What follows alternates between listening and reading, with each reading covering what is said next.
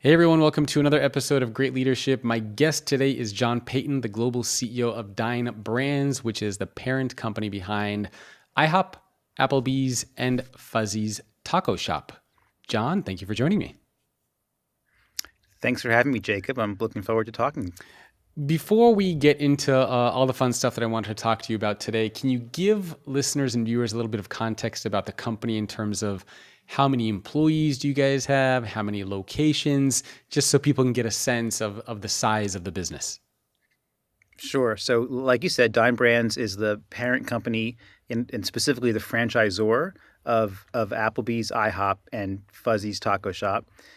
Both Applebee's and IHOP each have about 1,700 restaurants for a total of Wow. about 3,500, 3,600 restaurants in the U.S. and in 20 countries around the world. Fuzzy's is earlier in its incarnation, so it's got 150 restaurants, mostly in Texas and the middle of the country. So it's a growth brand for us.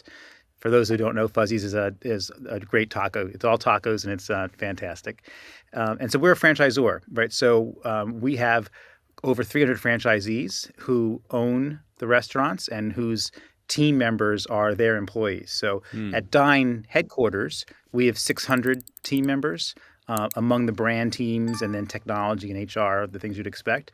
And then there are over 100,000 team members who work in all of the restaurants for our franchisees across the country and around the world. Yeah, massive organization. And then in terms of revenue, are you able to share like what's the annual revenue for the business?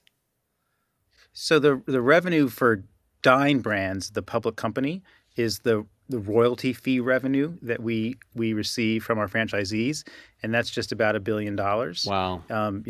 System wide, the restaurants generate billions and billions of dollars in sales that for our franchisees. Yeah. Yeah, I just wanted to make sure people have a sense of the scale. So billions and billions of dollars, $1 billion just in kind of the franchise revenue, over 100,000 team members. So massive, massive organization with employees around the world. Um, I was curious how you actually got into the CEO role at Dine Brands because you have a very interesting career. You came from a very diverse area, right? You were at Starwood. Before that, you were at PwC early on in your career. How did you end up as the CEO of Dine Brands? Can you share what that career trajectory was like? Sure. Well, it certainly wasn't because I had a plan or there was a path that I had set, and I didn't even have the goal years ago of becoming a CEO. And so, I was an English major in college, undergrad. I purposely avoided anything to do with business. I went to I sort of had a chip on my shoulder because my father was the first graduate of NYU's MBA class. Wow. And he was a stockbroker in New York, and he was all about business and a firm handshake and making eye contact with his business associates. And so I purposely went the other direction. And then when I graduated, I went to PwC in consulting. I was there for 10 years, first in bankruptcy consulting, and then in just general management and strategy consulting. And at about the 10-year mark, we had a 2-year-old and a baby on the way. And the consulting model back then was out on Sunday night, back on Friday night. And my wife sat me down one day and said, we all need to live in the same city that we actually work and live in. And so I really was looking for a job because I needed to leave PwC in the consulting lifestyle. Yeah. I found Starwood Hotels, and Starwood Hotels, which was acquired by Marriott in 2016, but I was there for almost 20 years. Starwood was Sheraton, Westin, W, St. Regis, 13 brands overall.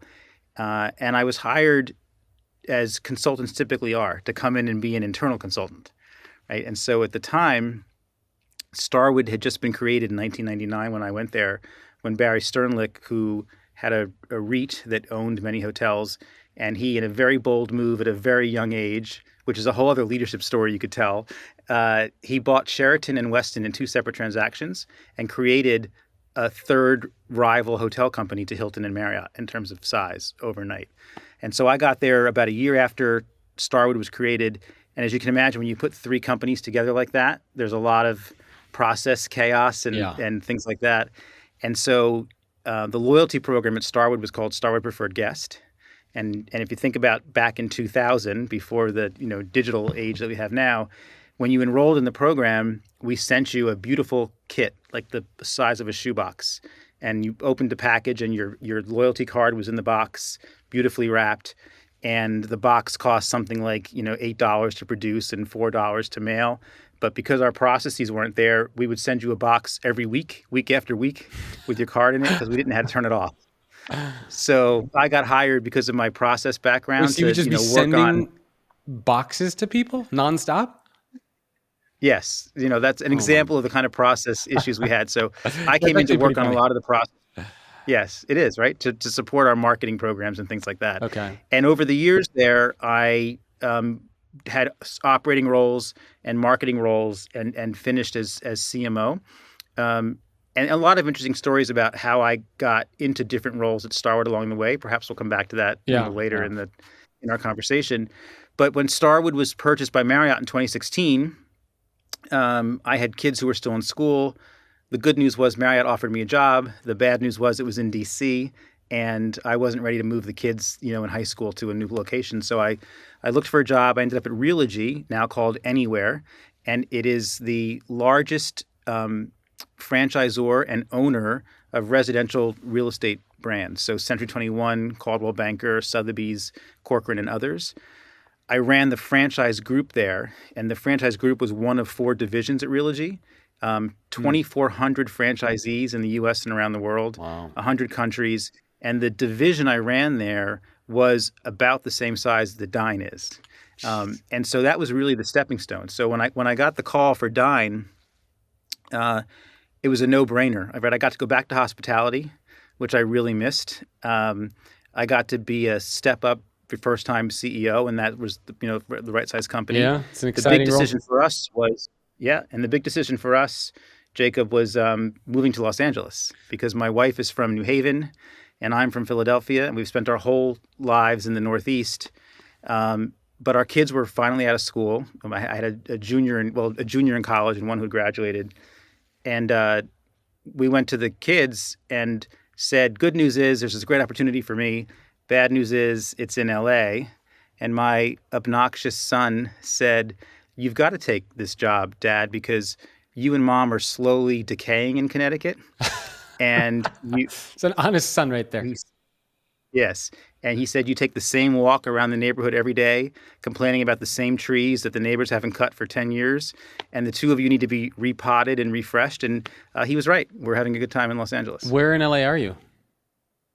Studio City in the Valley, and our headquarters is in Pasadena. Oh, wow. You're not that far from me. I'm probably 20, 30-minute drive from you. Oh, great. Yeah, could have done this in person. So for people Great. who are watching and listening, just to give people a little bit of context, towards the end of the show, we're going to be talking about managing expectations at work. So we're going to be talking about a lot of really interesting things there in terms of why work in the office, why it's not a good idea to just work 10 months and then keep switching roles, why thank you notes after you go for an interview are important. A lot of these expectations that we're not, thinking about and talking about anymore. So we're going to go through a bunch of those later on. You mentioned something interesting, which is that you were an English major and that you kind of went the opposite direction of your dad. And I hear a lot of people, and even my wife and I have been talking about this. And online, even a lot of pundits are saying, oh, it's not worth, if your kids want to go to college, it's not worth to fund college education if they're going to go into literature or to art or into any liberal studies programs. You should really only be funding their college education if they want to go into STEM or if they maybe want to go into business. And even my wife and I were debating back and forth. We're like, what happens if our kids say, you know what, I want to be an artist and I want to go to art school, or I want to be a writer and I want to just get a master's degree in literature. Do you think, and obviously you got a degree in literature and you became very, very successful, right? An English major. Is there still value in non-STEM and non-business related fields? Like, would you give, if you had a child who said they wanted to be an artist or become a writer, would you be okay with funding that kind of a college education? 100%. Yeah. I feel as strongly about a liberal arts education today as I did when I did it 30 years ago, for a couple of reasons. when you're majoring in English or history or philosophy or religion or political science, um, you're reading, for example, great works that if I had gone to college and been an accounting major, I wouldn't have read the Iliad. I wouldn't have taken three Shakespeare classes, and so you learn a lot about civilization, the world, humanity, Yep. through literature and through history and through politics and through religion. You learn to write. You learn to think critically. One of the things that I noticed early on when I got to PwC is I didn't really know anything about accounting or finance because I was in a program where this PwC hired a few liberal arts majors a year, which is the way I got in, and so I had a lot of makeup learning to do. But the way I wrote was noted all the time by people who Mm. were senior to me, in that I could express things, clearly, concisely, convincingly, persuasively, and so absolutely. I mean, the one tweak I've made to the advice. So, for example, my son, who just graduated from college, was an English major, and my advice to him was combine that with something that's a little bit more quantitative and a little bit more business related, because there is an expectation from employers that some of them may not be as embracing of liberal arts as in the past. So he double majored in English and econ, and I think Yeah. that's a terrific combination. And if one of my children wanted to be an artist, that's fabulous, right? You got to chase your dreams and do what makes you happy. You don't have to be in business to be Yeah. happy. I combined psychology and economics when I went to the University of California, Santa Cruz. Exactly. So similar mix. Um, I also read that one of the pivotal moments in your career was when you got a bad performance review. And it actually Mhm. reminded me a lot of what happened to me. I didn't get a bad performance review, but after joining my first job out of college, I was promised I'd be doing all these really amazing and cool things and traveling the country and meeting with entrepreneurs.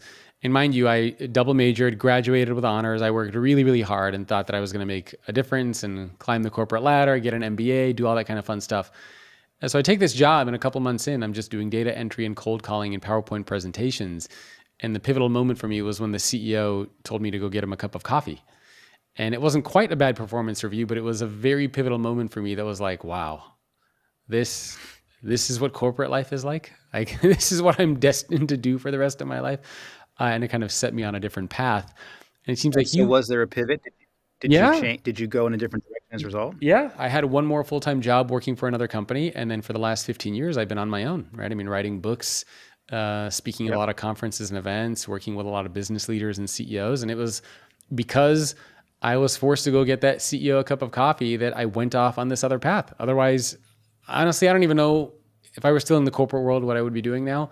I have no idea. But I bring that up because it seems like for you, you also had a pivotal moment like that, not getting a cup of coffee, but getting a bad performance review. Can you Yeah. share a little bit about what happened? Yeah. And so, to give you a little bit of context, Jacob, so um, at the time, NYU Business School in New York had a MBA program for liberal arts majors. And the way that program worked was had to be simultaneously admitted to the program at NYU and sponsored by one of the 10 companies that participated in the program. Okay. So it was the accounting firms, the banks, the consulting firms. So PwC sponsored me to be in the program, and I was in a program with 80 liberal arts majors, Wow. doing the MBA program at the same time that I was working at PwC. It was very rigorous because it was full-time school and full-time work. And the way PwC ran the program was the first 2 years we all had to be in the audit practice, and then they moved us out to consulting. So it turns out that I am not a good fit for audit. I certainly wasn't when I was 22 or 23. And so I think a combination of being really uncomfortable because I was 3 months out of college, I'd only taken two accounting classes, and I was on an audit along with accounting majors who'd spent 4 years studying it. I also was not particularly mature when I was 22, 23, 24, and I didn't take the job seriously enough. My lack of accounting skills was evident. I probably was a little too leaned into humor and sarcasm to make up for my insecurities. And so and I still have them, by the way, handwritten, because reviews were handwritten back then. I got two really, really bad reviews back to back, and I reread them recently, and PwC used to have a box where your supervisor would say, you have to check, I will work with this staff accountant again, or I will not work with the staff accountant again. And he Okay. indicated, please do not give me John again. And so after those two, that was a wake up call for me. And it wasn't so much the pivot about, I need to go leave this job.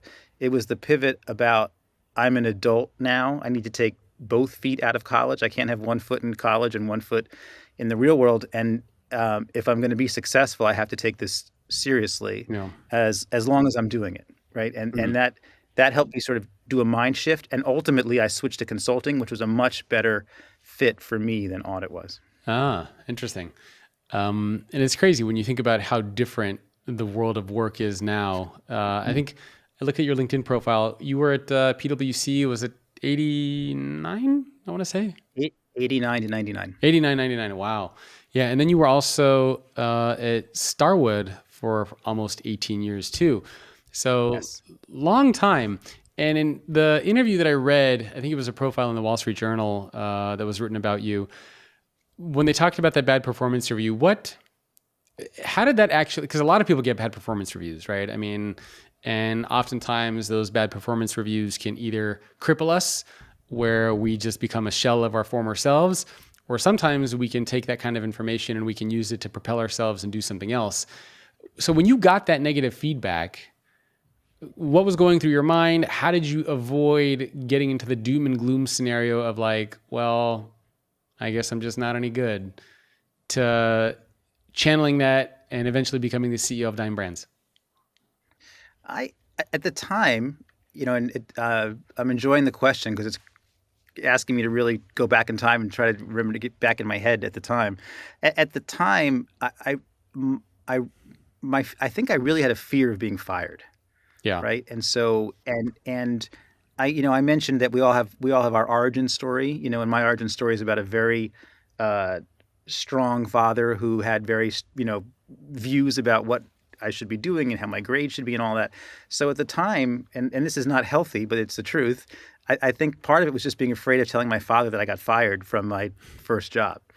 And, we can talk about all the therapy I've been in since then to get past that. But however, I think I really had a fear of failure, and I didn't want to be a failure. And so that was my motivation, which was I knew I was probably smart enough to figure it out, but I needed to focus. And it was really the the kick in the butt that I needed.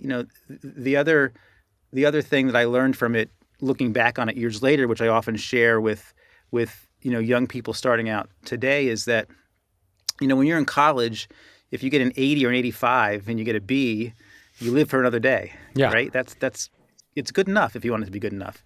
But when you're at work, right, and you're whatever it is you're doing, whether you're programming or you're auditing, right, or you're entering copy into websites and digital, if you make a mistake and it's not 100%, it's pass fail. You've failed the client, you've failed your employer. Yeah. And so at work, you've got to be 100%. And I didn't understand that at the time. So I love that you bring that up because I have a new book that's coming out, or by the time this episode goes up, it's actually out. I just got it yesterday, called Leading with Vulnerability. And I talk a lot about that because vulnerability in our personal lives is not the same as it is at work. And too often, the story that I always tell people is it's very vulnerable if you're at work and your boss gives you something to do and you go to your boss and you say, I'm really sorry I messed that up. But for you, that's vulnerable. But for your boss, for your leader at the time, they're not thinking like, oh, it's okay. They're probably thinking like, and? Like at the end of the day, we still have a customer that needed to be served. We still have a problem that needs to be solved. And so the whole concept of leading with vulnerability is don't just show up to work all the time and be vulnerable, but sprinkle the leadership in there.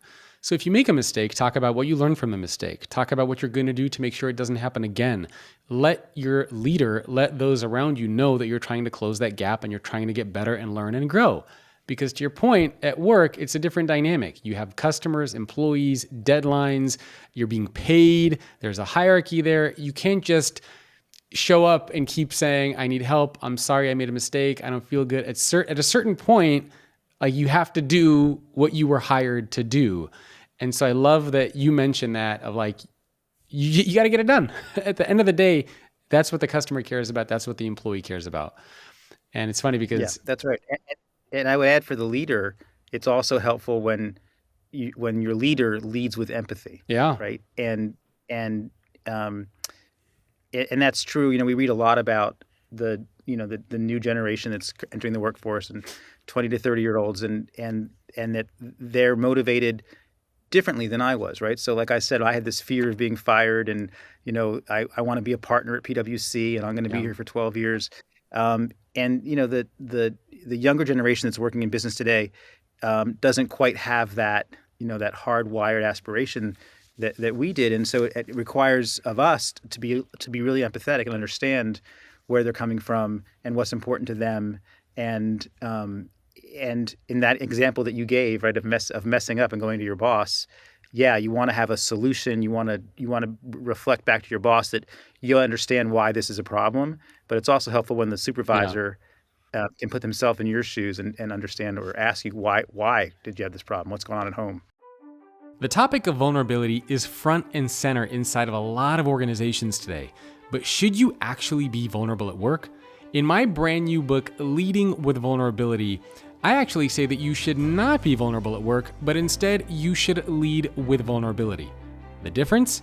Vulnerability is about exposing a gap, whereas leading with vulnerability is about exposing a gap that you have and then demonstrating what you are trying to do to close that gap. To figure out how to make all of this happen, I interviewed over 100 CEOs and surveyed 14,000 employees around the world, and I put all of that into my brand new book, which just came out. You can learn more by heading over to leadwithvulnerability.com. So does it require empathy though? Because I'm curious, and I've actually been talking to a lot of people about this too. To your point, it seems like a little bit of an older generation, the work ethic and the approach to hard work and doing what it takes was just kind of, it's how work was done, right? I mean, that's how a lot of people grew up. And then today, to your point, it seems like that's kind of missing. And I would even go so far as to say, it feels like a lot of people don't even want to work as hard anymore today. It feels like a lot of people are, honestly, for lack of a better word, somewhat lazy. It drives me nuts. The fact that a lot of people out there are saying, I want to make a lot of money, I want the pay, I want the benefits, I want the equity in the business. Oh, and by the way, I don't even want to come into the office anymore. Like, I hear that stuff and I'm just like, are you freaking kidding me? Like, what planet are you on? And so, and it's even, if you look at a lot of social media, right? There's trending themes on TikTok and social media, like the Sunday scaries, as if people who are working inside your company are 8 years old, right? It's like, oh, it's Sunday. I got to go into work on Monday. I'm getting the Sunday scaries. And I like, it boggles the mind. There's a trending topic called like lazy girl jobs. There's another one for Mondays. I forgot what it is, but it's like easing into the workday. And the more the workday progresses, then the harder you're going to work. If I hired somebody like that and they didn't show up on Monday, like just ready to kick ass, I'd be like, what the hell are you doing here? What am I paying you for? For you to like chill out on Monday? So part of me, I'm trying to like, I get the empathy piece, but then also a part of me is like angry, like trying to figure out how that happened, where so many people are wanting more, but they're willing to put in less. I don't know if you agree with that, but I'm trying to balance the like be empathetic with get your job done. Yeah. So I don't agree that it's laziness. Which is And good. the reason I use the word and the reason I use the word empathy is, and the other thing I would say is always have to be careful about broad brush strokes Yeah, on, yeah, yeah. you know, generation is lazy, a generation is this, and that sort of thing. So I don't think it's lazy, and the reason I use empathy is because um, every generation has its the things that have shaped it and things like that, and I think this trend was before COVID. It's not just because of COVID. It was probably accelerated and energized from COVID. Um, but what I find in the 20-year-olds and the early 30-year-olds is the work-life balance, which I think was at best a cliche, It certainly wasn't a real ambition for people who are working in the 80s and 90s, but it really is important today, right? And so it's really important to young adults and young parents to be fit, to be mindful, to spend time with their children and not miss 3 or 4 dinners a week. And so, those are real concerns, and it's a very, I think, admirable point of view. And what I think is interesting in the workplace right now is how someone who's 25, and in my case 56, reconcile those two things, right? Yeah. Because the fact that I grew up probably working a little bit too hard or too often, and the people who are joining our company now are very focused on, this really, I think, healthy balance of the two, is we have to find a way to make it work. And I think that's where empathy comes in. I don't believe it's coming from laziness. Yeah. I think it's coming from prioritizing life a little bit differently than I did 25 years ago. And yeah, I get it. Look, I'm not advocating for people to work 90 hours a week, but at the same time, if you have expectations Which of I'm okay with, by the way. huh? I'm okay with that, by the way. Yeah, and I get it, but at the same time, if somebody has aspirations of leading a team or a function or a business, to me, leadership requires sacrifice, right? I mean, you look at any great athlete in any sport, and they're never going to tell you, "Oh yeah, oh man, work-life balance was so important for me. I just trained an hour a day, and somehow I became number one in the world, or I became, a top 100 player even." A lot of the great leaders out there, and so many of them I've interviewed on this podcast, sacrificed more, right? They put in more time, they care more, they put in more effort. And yeah, I mean, if somebody wants to stay an entry-level employee forever, if somebody just kind of wants to coast and not make any meaningful contributions, and you want to put in 30 hours a week and all that stuff, that's fine. But if you're, and you could tell me if I'm wrong, but if you're looking to promote somebody to lead a team or a function, I would imagine that a lot of leaders out there are saying, okay, who's here? Like I had Mark Randolph, the former CEO of Netflix, on here. And he was telling me that he would always do 10% more than what he was asked because he knew that he wanted to grow and he aspired to greater things. And so again, I'm not advocating for working 90 hours a week, but at the same time, I'm not also advocating for working 24 or 30 hours a week and wanting to get paid for 40 or 50 hours a week, right? I mean, I think there is something to be said for putting in the time and the effort that's required. And of course, having to sometimes make the occasional sacrifice. I think that for people to think that there's never going to be a sacrifice, that you're never going to have to be faced with those challenges is totally unrealistic in the business world. No, you're 100%. You're 100% right. All of the old adages ring true today, right? Be the first one in, be the last one out. That's advice I give to my kids and to people who are joining the company for the first time. Exactly. Make your boss's life easier by taking work off his or her plate, right? Do more than is expected of you, and that's how you impress. Yes. And 100% I agree with you. And what I'm talking about in terms of empathy is if somebody says, I want to leave at 4:00 to pick up my kids and I'll be back online at 7:30 when they're asleep, working until 10:00, I'm fine with that. Totally. I think that's the kind of flexibility that we've built into the way we work now, and that's what I think about in terms of empathy. But when it comes into terms of what impresses me as a boss, right? It's hard work. It's going the extra step. Totally. It's doing the right thing and showing that you're not just ambitious, but that you can actually put your work and your content, your deliverables behind it. Okay, so we're in total alignment there. And yeah, I agree. I mean, I'm a big believer in workplace flexibility. I think the era of just having to work 9 to 5, 5 days a week, Right, and missing out on all those important life moments is not a good way to live. And so, yeah, to your point, if you want to wake up early so that you can leave early to go to a kid's soccer game, you got a doctor's appointment, do what you got to do. Totally get it. Right. But at the same time, it almost feels like the pendulum has swung too much in the opposite direction, where now employees are saying things like, I don't even want to come into the office. And I want more, and I want to do less. And so that's at least where my frustration comes into play, because I keep seeing that and hearing that, to the point, I think there were even a couple of articles that were written, one in the Wall Street Journal, which said that a lot of organizations are actually hiring older workers now. They're trying to bring them back out of retirement into organizations because they like their work ethic better. And so it just, it's just fascinating to see how this change is coming about. And obviously you have a very young workforce, a lot of people who are working in the restaurants around the world. What are you seeing that they care about the most? And are you seeing any friction between what employees are asking for versus what you as a leader and your teams are willing to offer and give?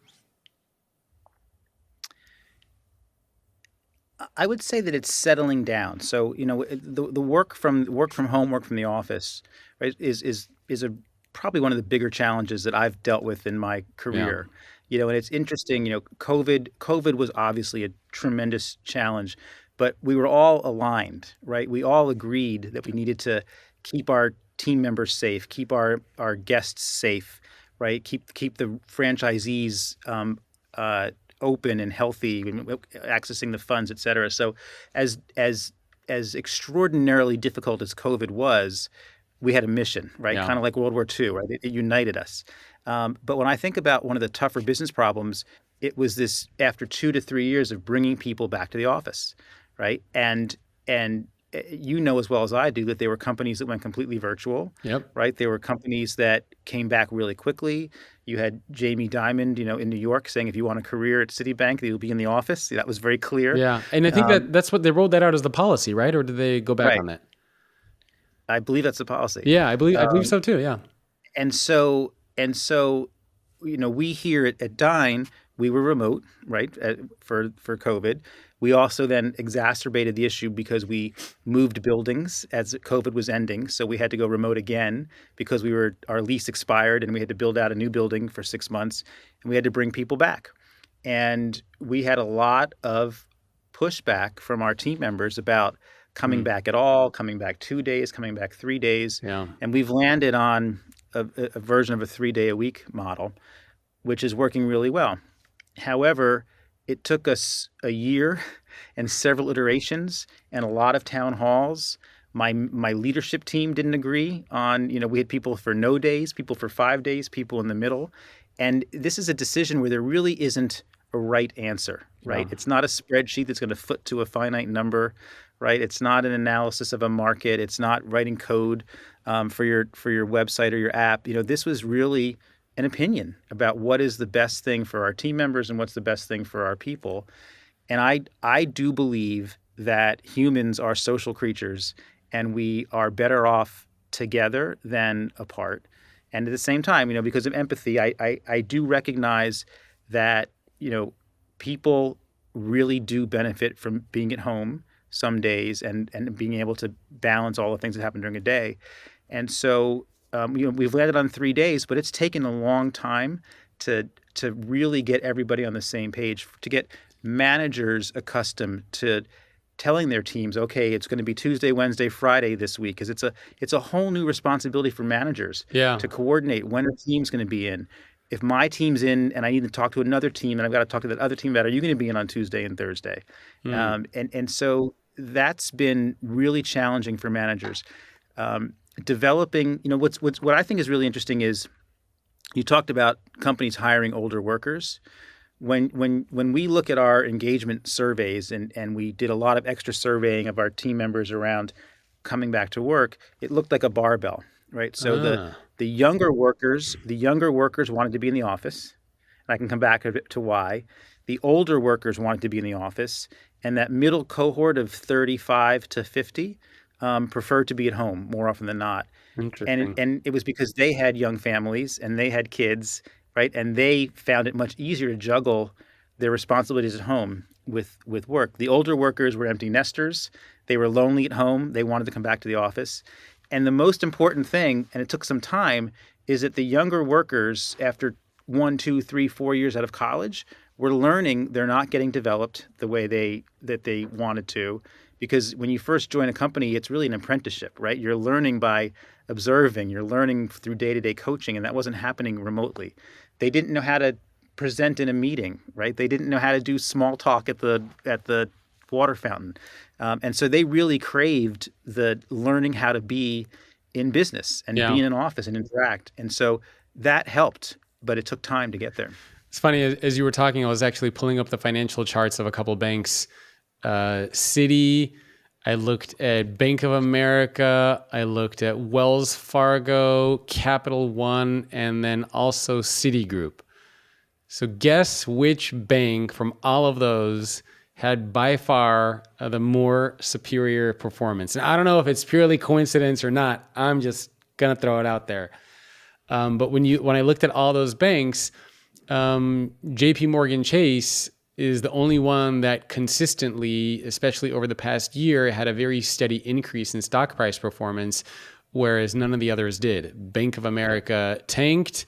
Wells Fargo also dropped and has been relatively flat. Capital One also dropped, and Citigroup dropped. So, obviously I don't have like hard data behind it, but it goes to show, that maybe there's something going on there where JP Morgan Chase telling everybody to get back into the office, maybe they're doing a better job of innovating and coming up with new ideas and getting people to work together to collaborate. And they're performing very well compared to other banks and just other companies in general. So who knows? Maybe there's Mr. something. Diamond may have been on. Yeah, Mr. Diamond may have been onto something. Yeah. I'm also impressed that you researched all those banks while I was talking. I didn't think I was giving that long an answer, so that was No, pretty it was impressive. just stock tickers. But I'm also curious because a lot of people probably don't get a chance to ask this, right? Obviously the CEO of a company, what is keeping some CEOs from you, like you, to just say, back in the office 5 days a week, I don't want to talk about it, right? And some companies have tried. I think Apple has tried, Disney has tried, and they got a lot of pushback. But why not, or what's keeping a CEO such as yourself from saying, hey, everybody, we're going to get back to office work 5 days a week. It's going to be flexible. Like, you don't need to be here 9 to 5 every day, but we want you back in the office every day. Why not do something like that? Do you think a lot of employees would just kind of like boycott and riot and start smashing IHOP signs everywhere? It'd be just pancakes sitting in the back of the head. Exactly. Look, I think that number one, there's a practical concern, right? Is if a company was to do that, employees have the ability to go find a job elsewhere. Yeah. And so there's the risk of losing talent. Right?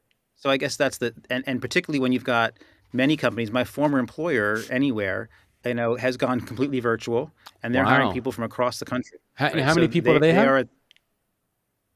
When I left in 2020, they had 1,000 people at headquarters and another 1,000 or 2,000 around the country and around the world. And now they're completely virtual. They're completely virtual, and they're hiring across all 50 states, right? So that can be done. Yeah, that can be done. But what I would say is, even more than the fear of losing people, it's my fear that people's mindset would change, right? So I want them to want to be here. Yeah. I want them to enjoy being here. I want them to feel like that they're valued, not just for their work, but for their point of view, for their diversity, for what they bring to the company. And so I think to mandate that at a time when it's clearly people's expectations about how they work has changed would do more damage to morale and culture and productivity. We can always find someone to replace somebody who quits. Yes. But many people wouldn't quit, but they would still feel like that they're no longer valued as an individual. They're just a cog in the wheel. Do you think when you look at sort of the balance of power today, obviously, if you look back several years, you'd say organizations had the majority of power. Would you say that employees in today's marketplace, they're the ones who are kind of driving workplace policies and practices? They have the majority of the power in today's business world? Or would you say it's like 50-50? Majority of the power is an interesting phrase. I'm not sure that either. I don't think of it in terms of who's got the power. There's inherent power, right?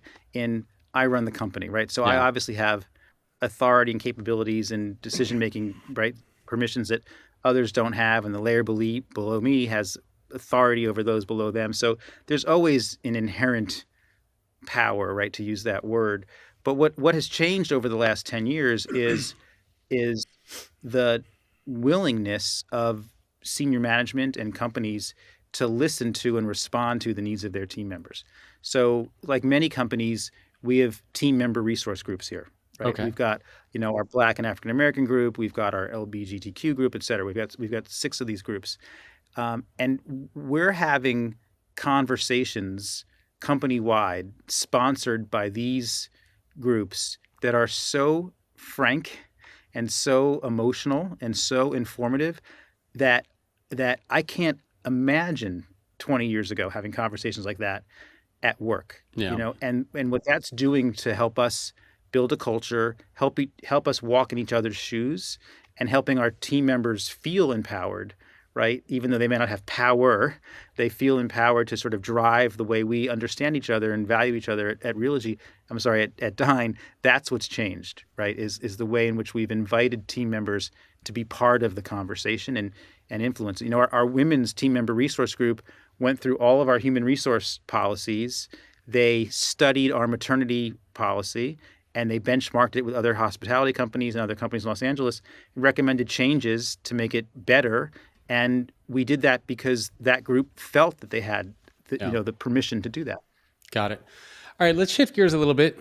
Last 15, 20 minutes or so, section we call the Leader's Toolkit. And this is where we give practical, actionable advice for people out there. And we're going to be talking about managing expectations at work, which I think is a really interesting topic. So where do you want to begin with this one? You think about managing expectations at work. You were mentioning before I hit record that you have your kids' friends who are approaching you, kind of getting advice. And you were sharing some very simple yet practical things that I don't remember the last time I've even heard people doing those things, but they're so crucial. So if somebody were asking you, how do I manage my expectations at work? I mean, what are some of the things that you're telling people? Okay, everybody, my conversation with John Peyton continues for subscribers of Great Leadership Plus on Apple Podcasts. And in this bonus episode, we're actually going to do a deep dive into how to manage expectations at work.